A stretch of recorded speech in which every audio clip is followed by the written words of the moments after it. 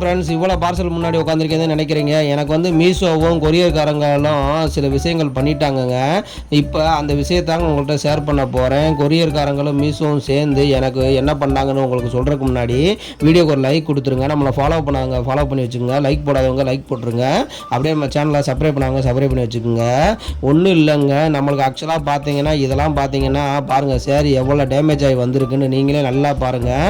இதெல்லாம் நான் ப்ரூஃபாக தாங்க இந்த வீடியோ காட்டி உங்களுக்கு போடுறேன். ஆக்சுவலாக இது எக்ஸ்பிரஸ் வந்து நம்மளுக்கு டெலிவரி பண்ணாங்க.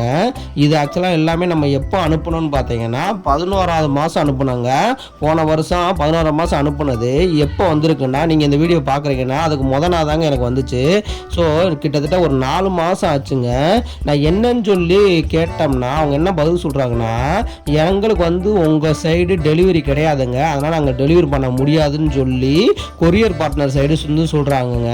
சரின்னு சொல்லிட்டு நான் மீஷோவில் கம்ப்ளைண்ட் பண்ணேன். என்னுடைய ப்ராடக்ட் போனதுச்சுங்க, நான் கொரியர் ரிட்டன் ஆச்சு, ஆனால் எனக்கு வரலங்க அப்படின்னு சொல்லிட்டு நான் மீஷோ சைடுலேருந்து டிக்கெட் ரைஸ் பண்ணி கேட்டால் அவங்க என்ன சொல்கிறாங்கன்னா, கொரியர்காரங்க உங்களுக்கு வந்து ஃபோன் பண்ணாங்களா, நீங்கள் வந்து வாங்க மறுத்துட்டீங்களா அப்படின்னு சொல்லி எனக்கு ஒரு மெயில் அனுப்புகிறாங்க.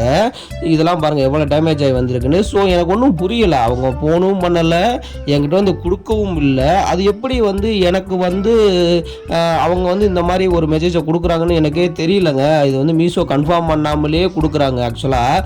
அப்புறம் நான் சொன்னேன், இந்த மாதிரிங்க எனக்கு வந்து எந்த கொரியர் பார்ட்னரும் கால் பண்ணவும் இல்லை, எனக்கு ரிட்டன் ப்ராடக்ட் வந்து கொடுக்கவும் இல்லை.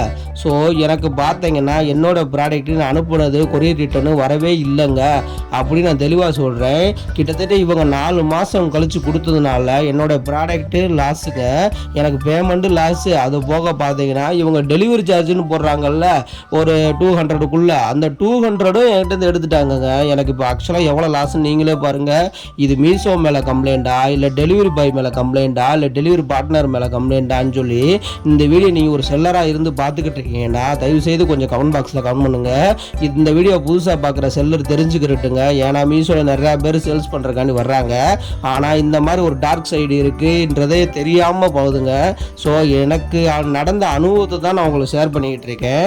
ஸோ தயவுசெய்து இதை யாராச்சும் நீங்கள் மீஷோ செல்லர் பார்க்குறீங்கன்னா, இல்லை ஏற்கனவே உங்களுக்கு இந்த மாதிரி அனுபவம் நடந்துருச்சுன்னா மறக்காமல் கமெண்ட் பாக்ஸில் கமெண்ட் பண்ணிடுங்க.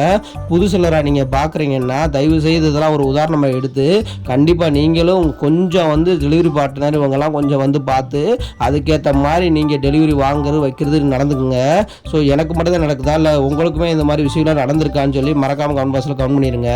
ரொம்ப மோசங்க. இது மீஷோ மேடு சைடு தப்பா, இல்லை டெலிவரி பாய் மேலே தப்பான்னு எனக்கு ஒன்றுமே புரியலங்க. இவங்க பண்ணுறதெல்லாம் பார்த்தா அவங்க மொத்தம் ஒரு செல்லருக்கு தாங்க நஷ்டமாகுது. நீங்கள் ஒரு செல்லராக இருந்தால் மறக்காமல் கமெண்ட் பாக்ஸில் கமெண்ட் பண்ணிடுங்க.